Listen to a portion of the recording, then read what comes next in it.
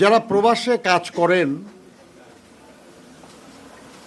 তাদের অভিজ্ঞতা অত্যন্ত গুরুত্বপূর্ণ।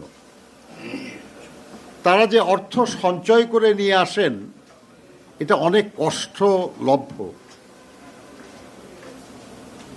আমাদের দেশের মতো ফাঁকি দেওয়ার সুযোগ বিদেশে কম।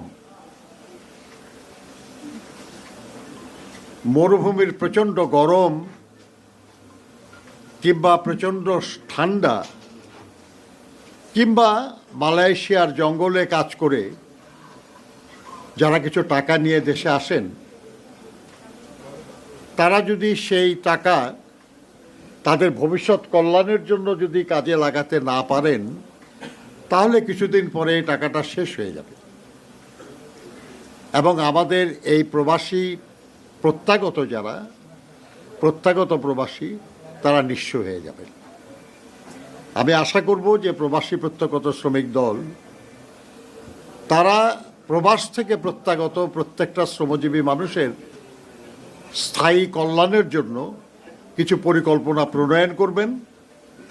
দেশের আইন, দেশের প্রচলিত ব্যবস্থা, দেশে বিভিন্ন প্রতিষ্ঠানের যেসব সুযোগ আছেই অলরেডি, তার আলোকে তারা কিছু পরিকল্পনা করবেন।